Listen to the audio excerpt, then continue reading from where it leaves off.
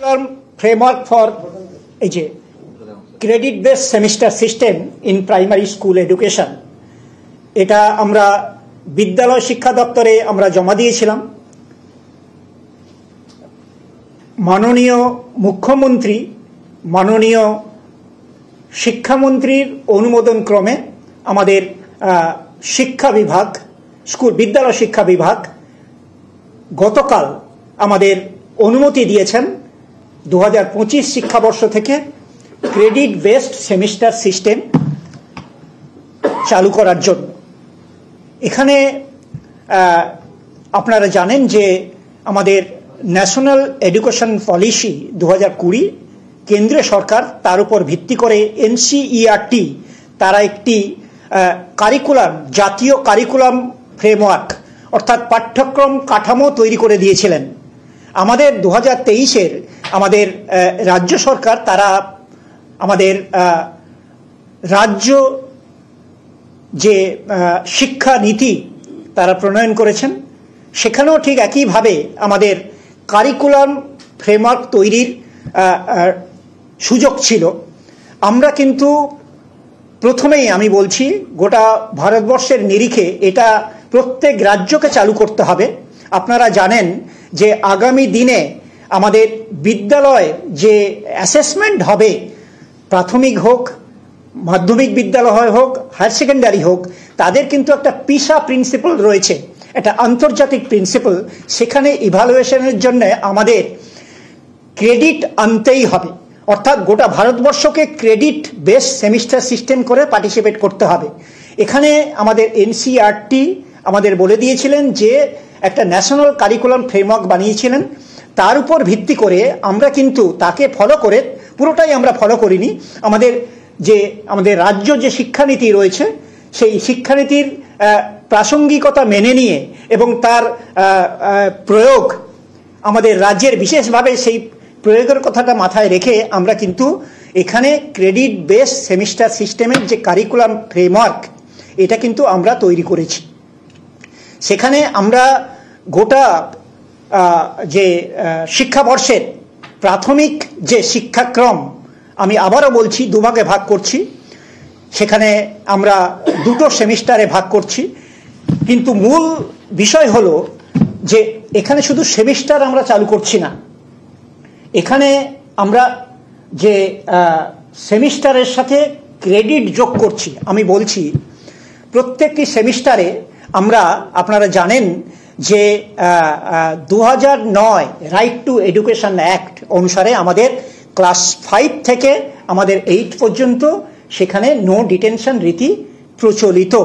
আমাদের রাজ্যের আপনারা দেখবেন যে স্টেট এডুকেশন পলিসি আমাদের ন্যাশনাল এডুকেশন পলিসিতে প্রাক প্রাইমারি বলা হয়েছে 3 বছর আর 5 ক্লাস 1 থেকে 5, কিন্তু আমাদের যে রাজ্যের যে শিক্ষানীতি সেখানে প্রাক যে প্রাথমিক সেখানে এক বছরে আর ক্লাস 1 থেকে 5 পর্যন্ত এটা প্রাথমিকে। প্রাক প্রাথমিক কিন্তু আমরা এই ক্রেডিট ফ্রেমওয়ার্কে আনা যায় না, আনবো না, কারণ যে এনসিইআরটি ন্যাশনাল কারিকুলাম ফ্রেমওয়ার্ক করেছে তাদের জন্য প্রাক প্রাথমিকের জন্য কোনো কারিকুলাম ফ্রেমওয়ার্ক নেই, কিন্তু ক্লাস 1 থেকে 5 পর্যন্ত ফ্রেমওয়ার্ক আছে। আমি এখানে একটু দেখাবো তাহলে আপনাদের বুঝতে সুবিধা হবে। তার আগে আমি বলে নিই যে আমাদের প্রত্যেকটি সেমিস্টারে আমরা এটা মূল্যায়ন করছি, ঠিক পরীক্ষা আমরা বলবো না, মূল্যায়ন করছি।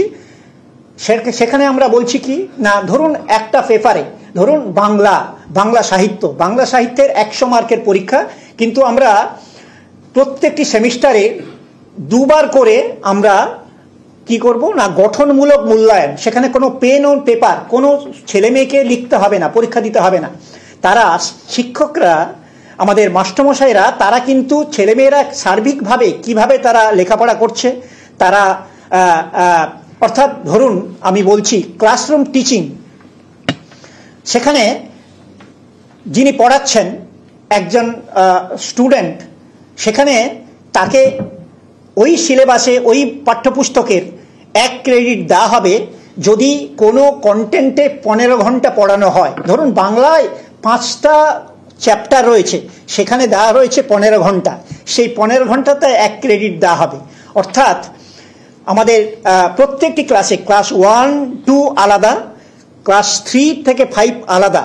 একটু আমি সোজা করে বলি, যেটা আমাদের এনসিইআরটি বলেছেন যে ক্লাস 1 থেকে 2 পর্যন্ত গোটা শিক্ষাবর্ষের আমাদের 800 ঘন্টা ছেলেমেয়েদের অতিবাহিত করতে হবে, আর ক্লাস 3 থেকে 5 পর্যন্ত ছেলেমেয়েদের 1000 ঘন্টা গোটা বছরে অতিক্রান্ত করতে হবে।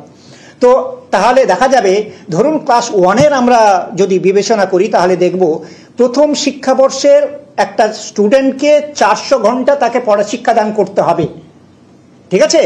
সেই 400 ঘন্টার মধ্যে আমরা ক্যালকুলেশন করে এখানে আনতে পেরেছি, মোটামুটি সবটাই আনা যাচ্ছে না, আমরা একটা আপনাদের আমি বলছি,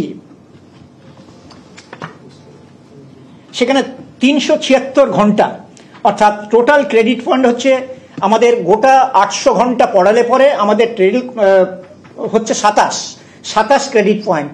এটাকে প্রত্যেকটি সেমিস্টারে, অর্থাৎ গোটা বছরে 27 হলে একটা সেমিস্টারে 13.5 হচ্ছে ক্রেডিট।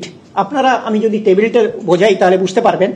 আর টোটাল ক্রেডিট আওয়ার্স হচ্ছে 376 ঘন্টা এখানে পড়ানো হবে সিঙ্গেল সেমিস্টারে, এবং সবকটা সাবজেক্ট মিলে, ঠিক আছে, 376। আর ক্লাস 3 থেকে 5 পর্যন্ত আমাদের দেওয়া রয়েছে 1000 ঘন্টা, কিন্তু আমাদের প্রত্যেকটি সেমিস্টারে, কারণ আমাকে ক্রেডিটে আনতে হচ্ছে তো ক্রেডিট পয়েন্টে, সেখানে আমরা রাখতে পেরেছি 460 ঘন্টায়, অর্থাৎ 33 ক্রেডিট পয়েন্টস গোটা বছরে। তাহলে একটা সেমিস্টারে কত? 16.5। এখানে আমি তার সাথে বলে নিই, আমি একটা টেবিলটা আমরা দেখাবো। তো যেটা বলছিলাম, আমাদের প্রত্যেকটি পেপারে প্রত্যেকটি সেমিস্টারে 40 নাম্বার, অর্থাৎ 20+20, যেটাকে আমরা ইংরেজিতে বলছি ফরমেটিভ অ্যাসেসমেন্ট, যেটাকে বলছি আমাদের যে গঠনমূলক মূল্যায়ন, সেখানে কোনো পরীক্ষা হবে না, তার জন্য রাখা হয়েছে। এবং 60 নাম্বার রাখা হয়েছে যে তার পেন অ্যান্ড পেপার টেস্ট, কবে পরীক্ষা হবে সেটা আমরা বলে দিচ্ছি, পেন অ্যান্ড পেপার টেস্ট, হ্যাঁ 60 নম্বর সেটা। এখানে আমি বলে নিই, আমরা কিন্তু সার্বিকভাবে আমরা গোটা পশ্চিম বাংলার সমস্ত স্কুলে এই যে পেন অ্যান্ড পেপার টেস্ট হবে, ধরুন বাংলায় সেমিস্টার এন্ডে যে পরীক্ষা হবে, কোশ্চেন কিন্তু আমরা এখান থেকেই করে দেব।